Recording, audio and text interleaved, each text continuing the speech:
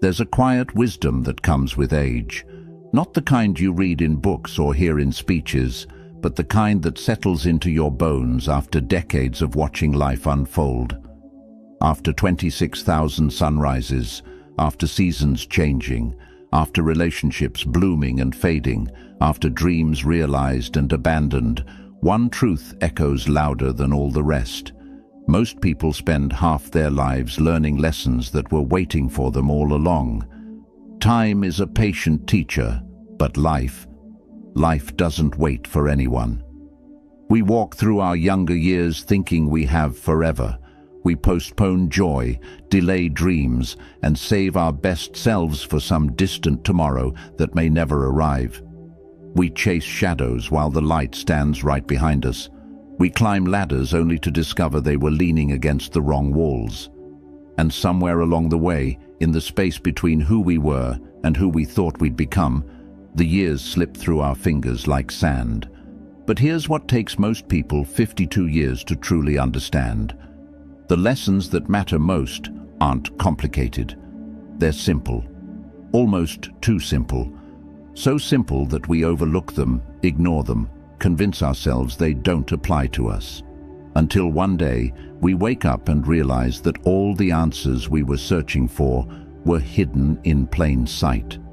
You don't need to waste 5 decades like so many have. You don't need to wait until your hair turns gray and your knees creak to understand what truly matters. The wisdom is here, now, waiting for you to claim it. This isn't just another motivational talk. This is truth distilled from decades of human experience, from collective regret, from moments of clarity that come when we finally stop running and start listening. These 9 lessons aren't theory. They're battle-tested wisdom from those who've walked the long road and lived to tell about it. If this message resonates with your soul, hit that like button. Drop a comment below. Share this with someone who needs to hear it. Subscribe to this channel, and please don't skip any part of this video. So, settle in, open your heart, and let's talk about the truths that took a lifetime to learn. Truths that could transform your life starting today. If you're done wasting time, declare it right now. Type this in the comments. I claim my wisdom today. Number 1. You were never behind, you were just comparing. Most people spend their entire lives feeling like they're running a race they can never win. Everyone else seems ahead. Better jobs, bigger houses, happier families. There's always someone buying their first home while you're renting. Someone getting promotions while you stay put. Someone celebrating milestones while you're still waiting for your turn. Always feeling like you're lagging behind some invisible finish line. The truth? There is no race. There never was. We've been sold a lie, that life follows a timeline, that success has an expiration date, that if you haven't achieved certain milestones by certain ages, you've somehow failed. We measure our worth against other people's highlight reels, forgetting that we're comparing our behind-the-scenes struggles to their carefully curated victories. People feel like failures at 35 because they're not where they think they should be. They feel the same at 45. At 55, still the same. And it often takes until 73 to realize that should be is a prison we build with our own hands. Your journey is yours alone. The person who starts their business at 50 isn't behind the person who started at 25. They're just on a different path. The person who finds love at 60 isn't late. They're right on time for their story. The person who discovers their purpose at 70 isn't a failure. They're a testament to the fact that it's never too late. Marcus Aurelius wrote, "Confine yourself to the present, not the past where you think you fell behind. Not the future where you imagine you'll finally catch up. The present, where your actual life is happening right now." Think about a tree. Does an oak tree feel behind because the pine tree next to it grew faster? Does the rose feel inferior because it blooms later than the tulip. Nature doesn't operate on comparison. It operates on its own perfect timing. You are nature too. The years spent feeling behind are years that could be spent living fully. The energy wasted comparing ourselves to others is energy that could be invested in becoming who we truly want to be. Every moment spent in the prison of comparison is a moment stolen from the freedom of authenticity. Here's what you need to understand. Your pace is perfect. Your timing is divine. Your path is exactly as it should be. The only person you need to be better than is the person you were yesterday. That's it. That's the only comparison that matters. Stop scrolling through social media and feeling inadequate. Stop attending reunions and measuring your life against others. Stop apologizing for where you are. You're not behind. You're exactly where you need to be to learn what you need to learn. In practical terms, this means making one simple shift. When you catch yourself comparing, pause, breathe. Ask yourself, what am I grateful for in my own journey right now? Redirect that comparison energy into appreciation energy. Do this daily. Do this hourly if you need to. The race you think you're losing doesn't exist. The timeline you think you're behind is imaginary. The only real moment is now, and in this moment, you have everything you need to take the next right step. Your life isn't a competition. It's a unique masterpiece being painted one brushstroke at a time. Stop judging the painting before it's finished. Trust the artist within you. If you're tired of comparing yourself to others, let the world know. Comment below. My pace is my power. Number 2. The people you keep shape the life you live.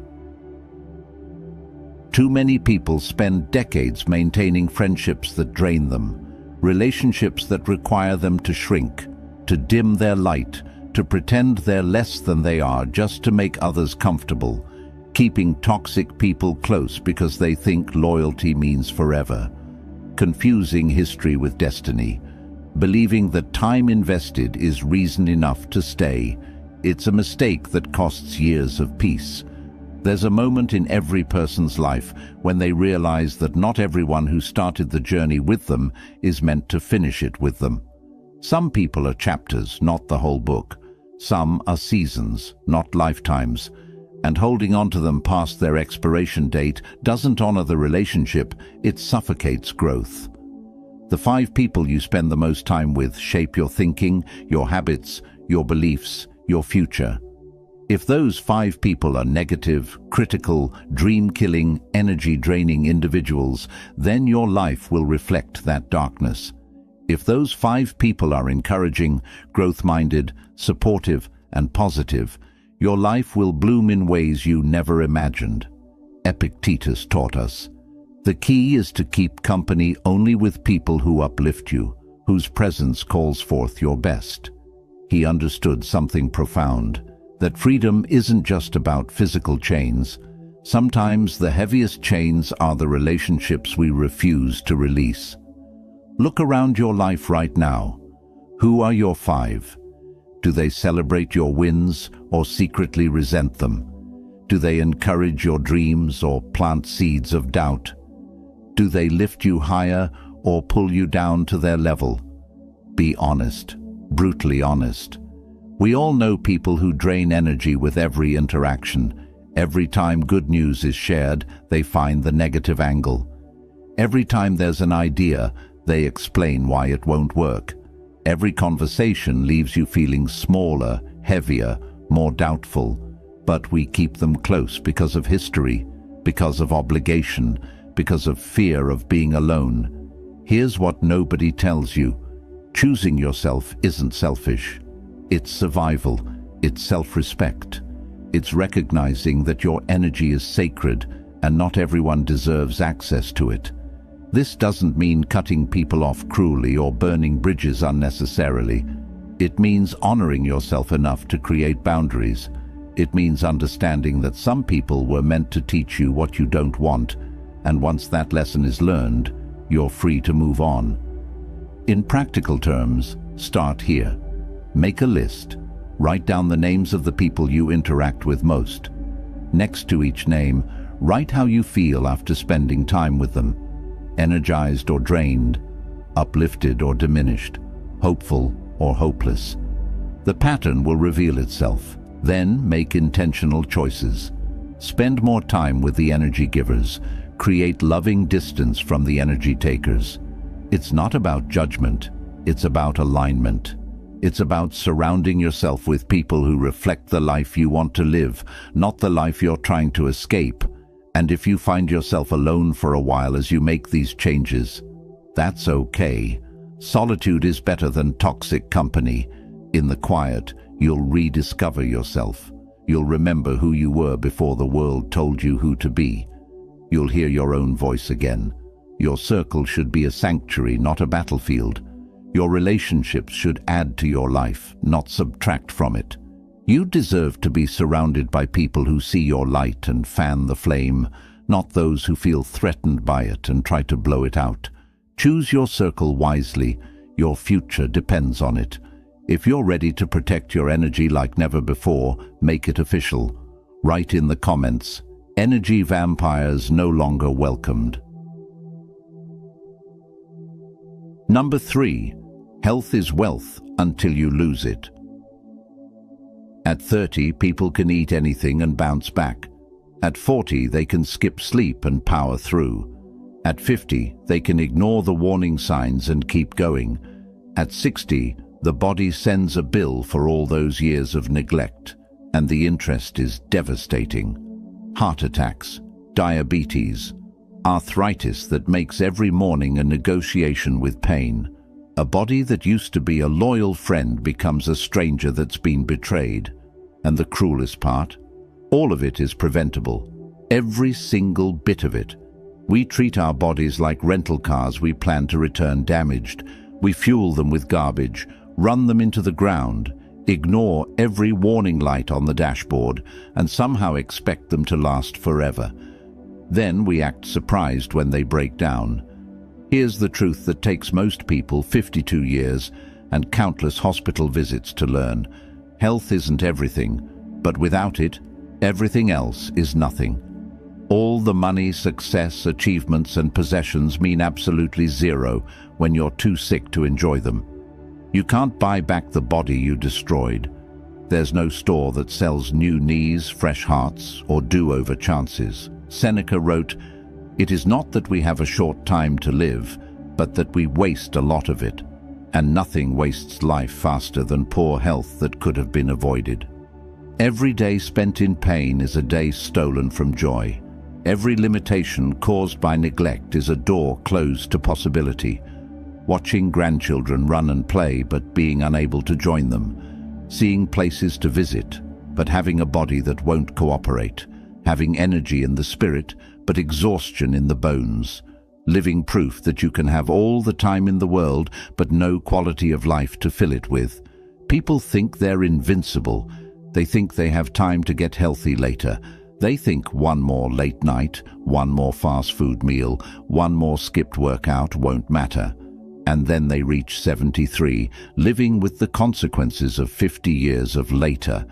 Don't wait for the diagnosis. Don't wait for the wake-up call. Don't wait until your body forces you to pay attention. Start now, today, this moment. In practical terms, this means making small, consistent choices. Drink water instead of soda.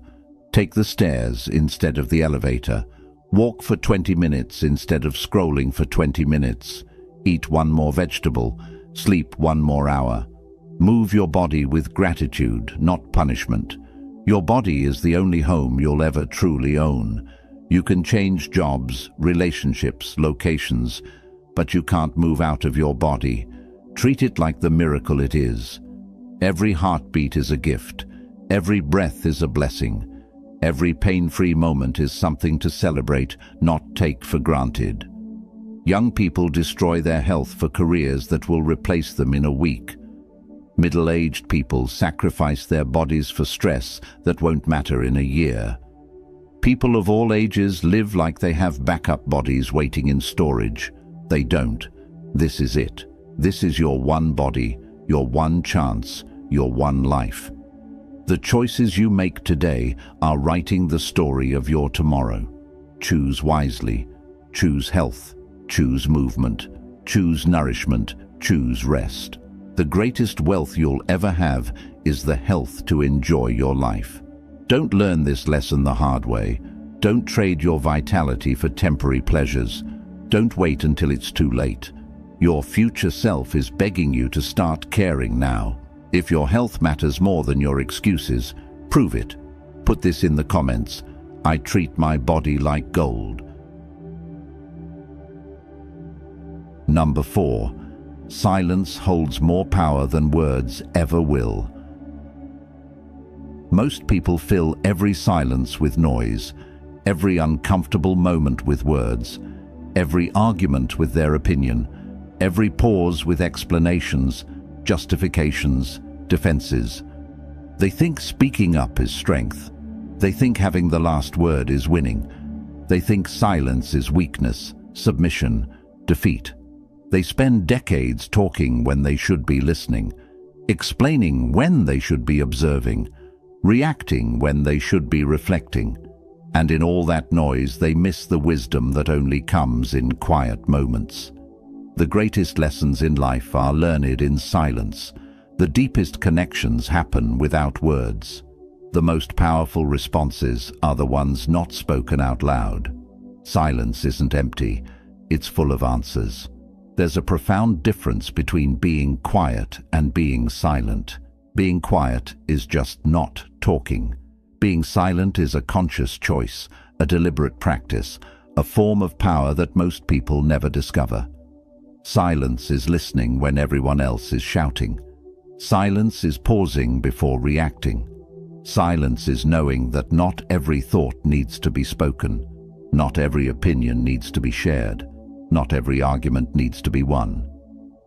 Marcus Aurelius wrote, "You have power over your mind, not outside events.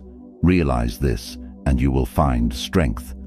That power begins with mastering your tongue, with choosing silence over noise, with recognizing that sometimes the most powerful thing you can say is nothing at all. Think about the people who command respect, not the loudest ones, not the ones who dominate every conversation, but the ones who speak sparingly and meaningfully, the ones whose words carry weight because they're carefully chosen, the ones who listen more than they talk. They've discovered what takes most a lifetime to learn, that silence is magnetic, that restraint is powerful, that mystery is more compelling than exposure. Relationships are lost because people can't stop talking. Reputations are damaged because people speak without thinking. Problems are created that didn't exist because of the need to fill every silence with noise. Looking back, the biggest regrets aren't the things said. They're the moments where silence was the better choice, but wasn't taken. When someone insults you, silence disarms them. When someone tries to provoke you, silence protects you. When someone wants a reaction, silence denies them that power. When someone expects you to defend yourself, silence shows you have nothing to prove. Not every attack deserves a response. Not every criticism requires a defense. Not every accusation needs an explanation. In practical terms, practice this. Before you speak, ask yourself 3 questions. Is it true? Is it necessary? Is it kind? If the answer to any of these is no, choose silence. When someone says something hurtful, count to 10 before responding. When you're angry, wait 24 hours before sending that text or email. When you feel the urge to fill silence, resist it. Sit in the discomfort. Let the quiet teach you. Learn to listen, truly listen, without planning your response while someone else is talking. Hear what's not being said. Notice the emotions beneath the words. Give people the gift of your full attention instead of just waiting for your turn to speak. Silence also means knowing when to walk away. Not every battle is worth fighting. Not every wrong needs to be righted. Not every person deserves your energy. Sometimes the most powerful statement you can make is removing yourself from the conversation entirely. The older we get, the less we should speak. And the less we speak, the more people listen when we do. The more space we create for silence, the more clarity we find. The more we practice restraint, the more respect we receive. Your words are precious. Don't waste them. Don't throw them around carelessly like they're unlimited. Speak with intention, speak with purpose, and when in doubt, choose the power of silence. Number 5. Your past doesn't define you. Your response to it does. Too many people carry their past like chains. Every mistake, every failure, every wrong turn, every moment of shame. They let their history write their future. They let their yesterday determine their today. They wear their regrets like a prison uniform, convinced that who they were back then is all they can ever be. Abandonment in childhood, dropping out of school, financial bankruptcy, painful divorces. Each of these events feels like a life sentence. Each one seems to prove that we're fundamentally flawed, broken, unworthy of better. But here's what changes everything. Your past is a fact, not a life sentence. What happened to you is real, but it doesn't have to define what happens next. You can't change your history, but you can absolutely change your relationship with it. You are not your mistakes. You are not your failures.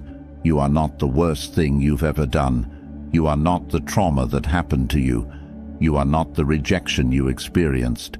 You are not the opportunity you missed. You are not the person who hurt you or the way they made you feel.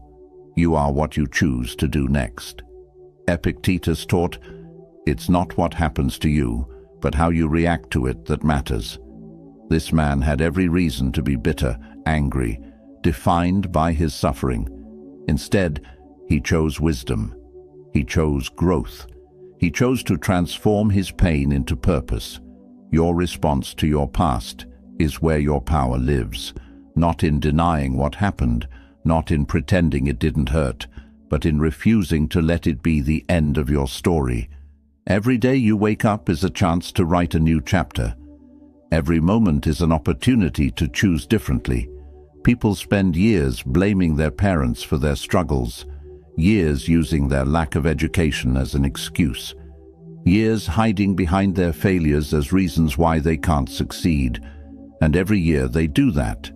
They give their past permission to steal their future. They make themselves victims of circumstances that are long gone. The day someone takes responsibility, not for what happened to them, but for what they do next, everything shifts. You can't change that your father left, but you can change how you show up as a parent to your own children. You can't change that you dropped out of college, but you can change your commitment to lifelong learning. You can't change bankruptcy, but you can change your relationship with money. You can't change divorce, but you can change how you love and trust again. In practical terms, this means stopping the story you tell yourself about your past. Stop introducing yourself by your wounds. Stop using your history as a shield against trying again. Stop letting old pain be your excuse for new inaction. Start here. Write down the story you've been telling yourself about your past, the one that begins with, "I can't because," or "I'm not enough because," or "I'll never be able to because." Now rewrite it. Same facts, different meaning. I went through this and it taught me. I experienced that and it made me stronger. This happened and now I choose. Your past is a teacher, not a warden. It's a chapter, not the whole book. It's a launching pad, not a prison. The question isn't what happened to you. The question is, what are you going to do with what happened to you? Every single day, you get to decide. Will you be defined by where you've been or empowered by where you're going? The choice has always been yours. If your past doesn't get to define your future, Claim it boldly. Comment this now. My story isn't over yet. Number 6. Time doesn't heal. Intentional action does. Time heals all wounds. That's what people hear after every loss, every heartbreak, every disappointment. Just wait, they say. Give it time. It'll get better. So people wait, and wait, and wait some more. 52 years later, the truth becomes clear. Time heals nothing on its own. Time is neutral. It passes whether you grow or not, whether you heal or not, whether you change or not. People carry the same pain for decades, the same bitterness for a lifetime, the same wounds from 30 years ago as fresh as the day they happened. Time didn't heal them. Time just gave them more years to stay stuck. What heals is what you do with the time, the intentional work, the honest conversations, the difficult choices, the therapy you finally attend, the forgiveness you finally grant, the boundaries you finally set, the truth you finally face, the help you finally ask for, the patterns you finally break. People spend 20 years angry at their parents for things that happened in childhood. 20 years. They think time will soften it. They think one day they'll wake up and the resentment will be gone. It never happens. The anger just becomes part of their identity, a familiar companion they carry everywhere, poisoning every relationship, every moment of potential joy. Then one day, a choice is made. Not because enough time has passed, but because they're tired of the wait. They go to therapy. They write letters they never send. They speak truths they've been swallowing. They choose to understand their parents as flawed human beings, doing their best with what they had, instead of the villains they'd made them into. That's what heals, not time, action. Seneca wrote, "It is not because things are difficult that we do not dare. It is because we do not dare that they are difficult." We wait for healing to happen to us, when healing requires something from us. We wait for time to fix what only our courage can fix. That betrayal from 10 years ago? Time hasn't healed it. You've just gotten better at avoiding it. That grief from losing someone you loved? Time hasn't healed it. You've just gotten used to the emptiness. That trauma from childhood? Time hasn't healed it. It's just gone underground, showing up in your relationships, your choices, your fears. Real healing requires turning toward the pain, not away from it. To feel what you've been avoiding, to speak what you've been silencing, to face what you've been running from. And yes, this is hard. This is uncomfortable. This is why most people choose to wait for time instead. But here's what becomes clear. Unhealed wounds don't disappear. They transform. They become anxiety, depression, addiction, anger, bitterness, isolation. They become the walls built around hearts. They become the reasons people sabotage good things. They become the patterns that can't be broken. In practical terms, stop waiting. If you're carrying pain, take action. If you need therapy, start it. If you need to have a difficult conversation, schedule it. If you need to forgive someone, begin that process. If you need to forgive yourself, do that work. If you need to let go of something, release your grip. Make a list of the wounds you're waiting for time to heal. Next to each one, write one intentional action you could take this week, not eventually. This week, one phone call, one therapy session, one journal entry, one honest conversation, one small step toward healing. And understand this, healing isn't linear. You'll take steps forward and steps back. You'll have good days and terrible days.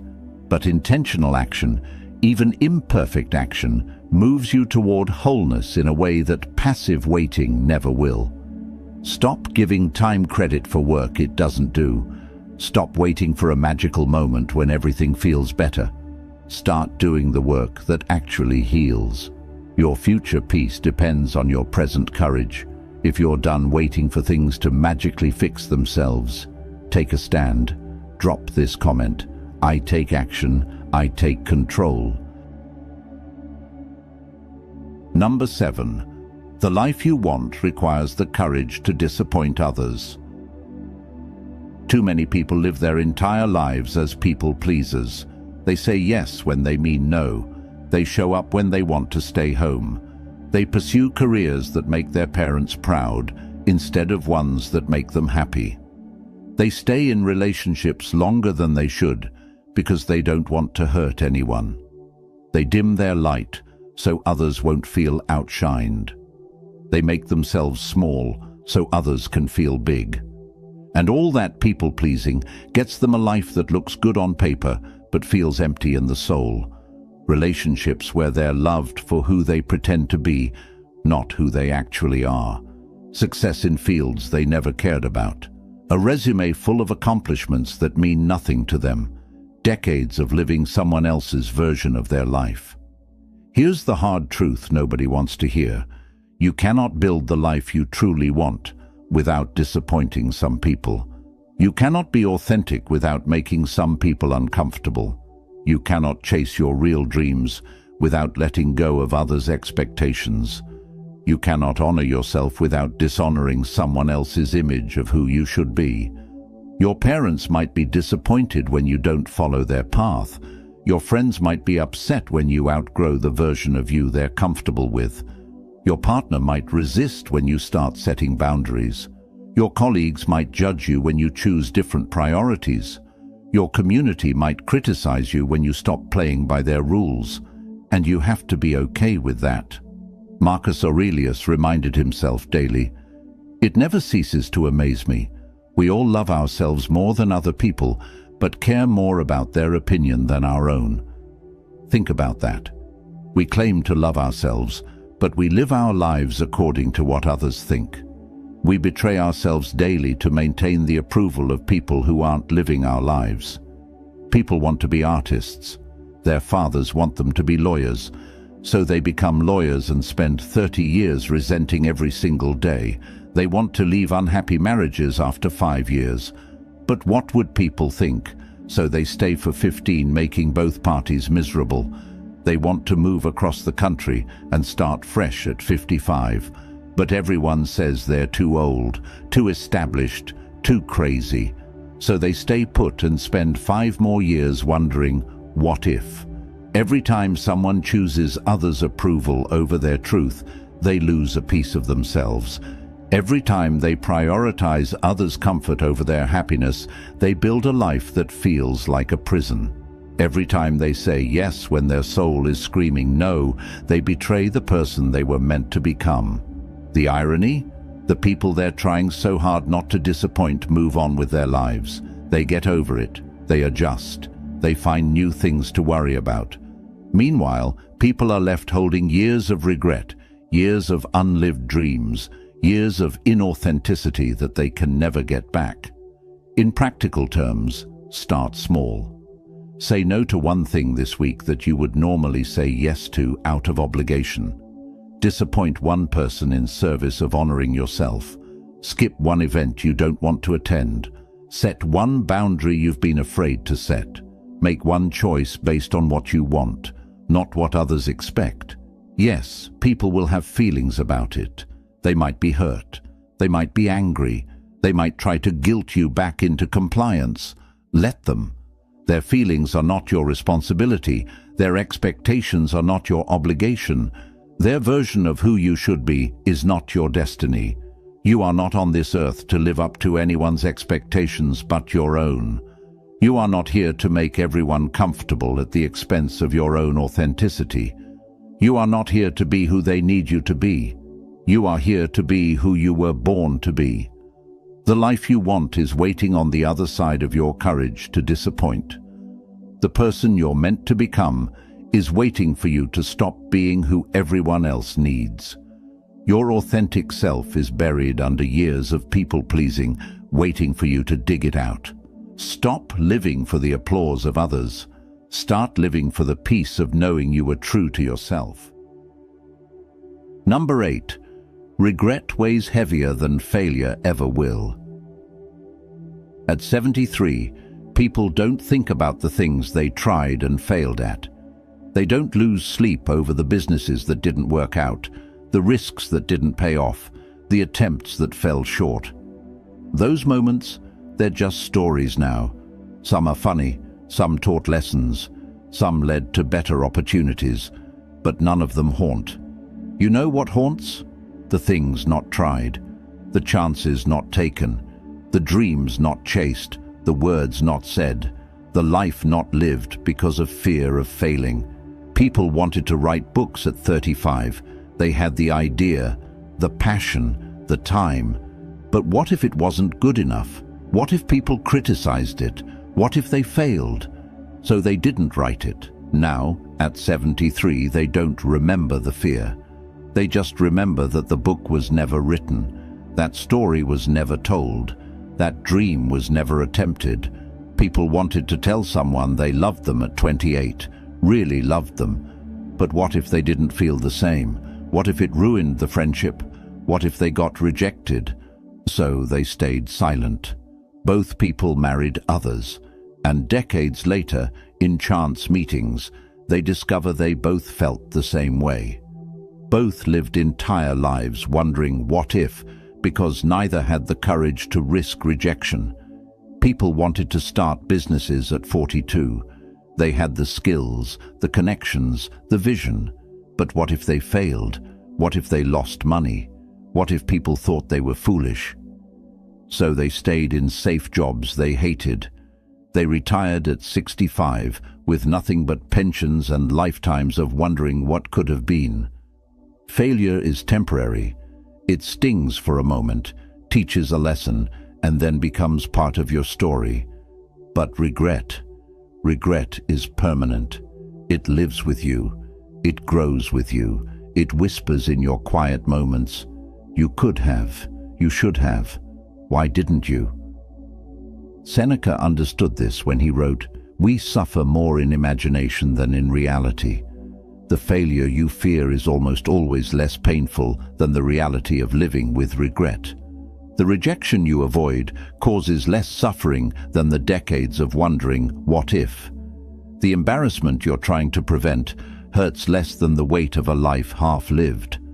Conversations with people in their final years reveal a pattern. Hospice patients, people facing death. They don't talk about their failures.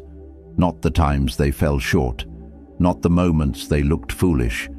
They talk about the chances they didn't take, the love they didn't express, the dreams they didn't pursue, the life they didn't live because they were too busy playing it safe. No one on their deathbed says, "I wish I had failed less." They say, "I wish I had tried more." In practical terms, make a list right now.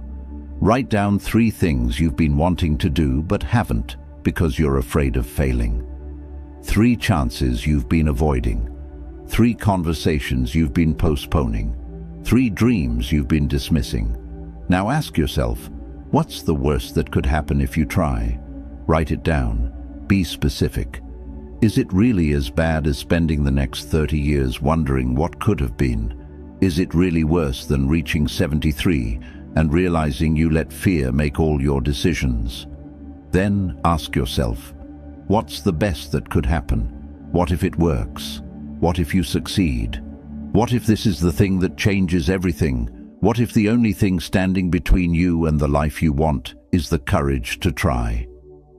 Start this week, not eventually, this week. Take one action toward one of those dreams. Send the email. Make the call, submit the application, have the conversation, take the first step. Even if you fail, you'll have tried. And that's something you'll never regret, because here's the truth learned too late. You can recover from failure. You can learn from mistakes. You can bounce back from rejection. But you can never recover the time spent not trying. You can never get back the dreams you were too afraid to chase. You can never undo the regret of a life lived in fear. Fail forward. Fail often. Fail spectacularly if you must. But don't fail to try. Don't let fear write your story. Don't reach the end of your life with a heart full of what-ifs and a list of unlived dreams. The graveyard is full of potential that was never realized, dreams that were never chased, words that were never spoken. Don't take your dreams to the grave with you. Try, fall, get up, try again. That's living. That's growth.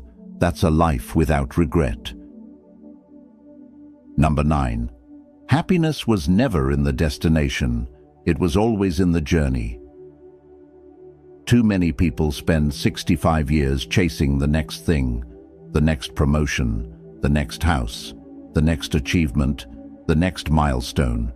They tell themselves, "I'll be happy when I get there, when I make this amount of money, when I reach this position, when I buy that car, when I retire, when I finally arrive at success." So they climb and climb and climb. They reach the top of mountains only to find themselves immediately looking for the next peak. They achieve goals only to feel empty the moment they're accomplished. They get everything they thought would make them happy and still feel like something is missing. Because it is.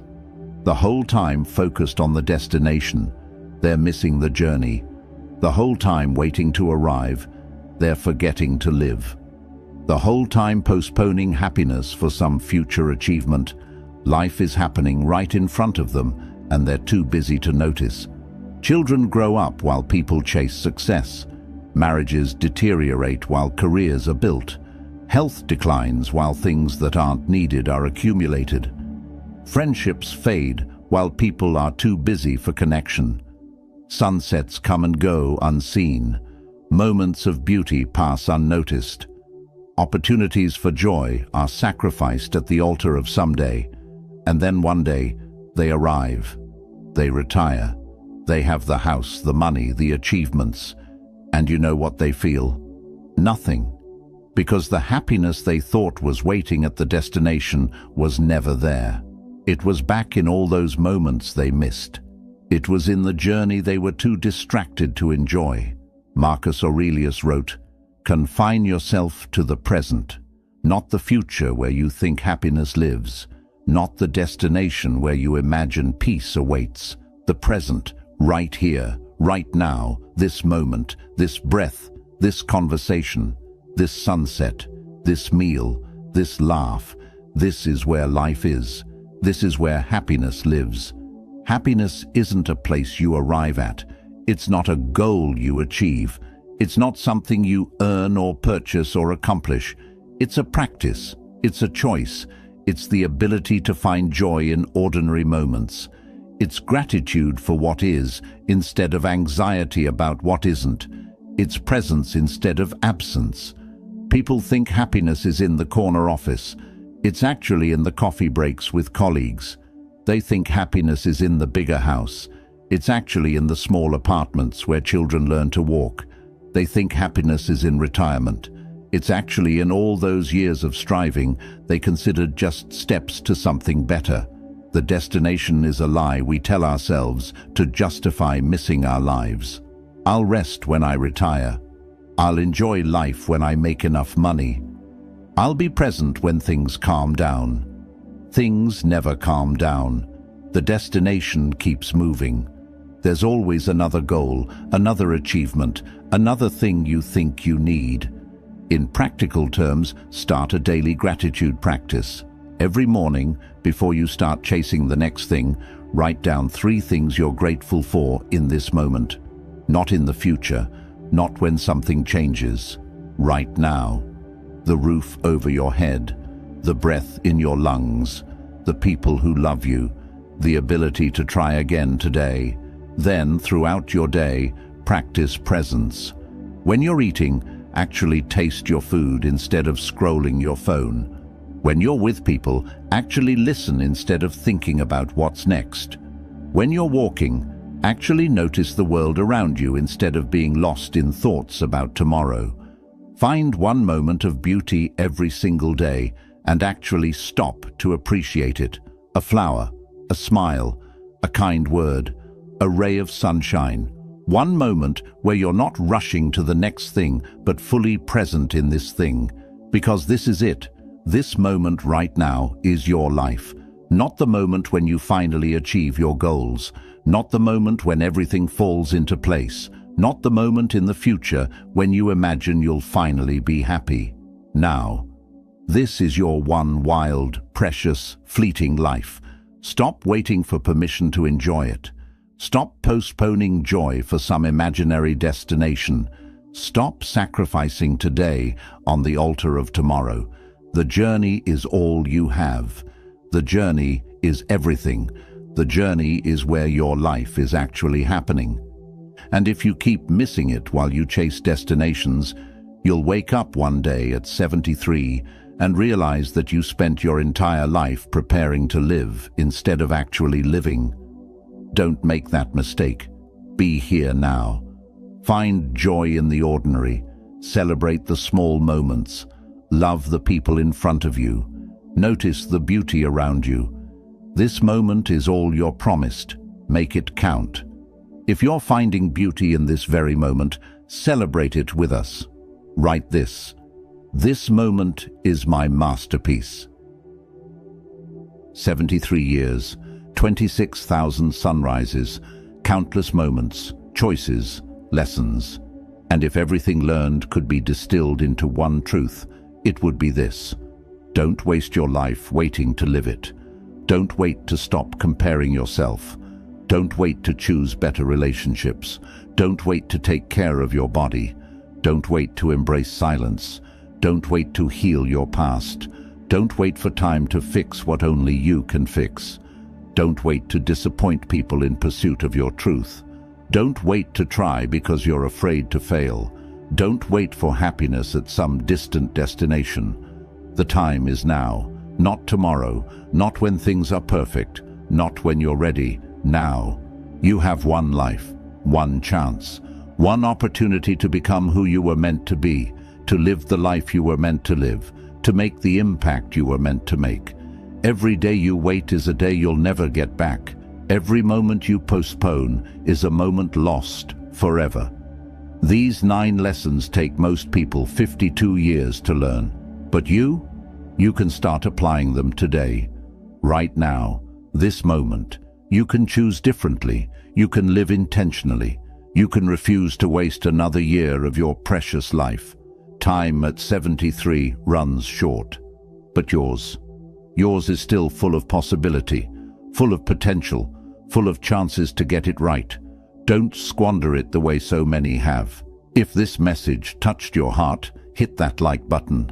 Drop a comment below sharing which lesson resonated most with you. Share this video with someone who needs to hear it.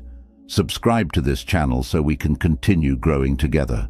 Because the world needs people who are brave enough to live fully, authentically, intentionally. Your life is waiting. Stop wasting it. If this message stirred something deep inside you, don't stay silent. Share it, spread it, live it, comment. No more waiting, only living.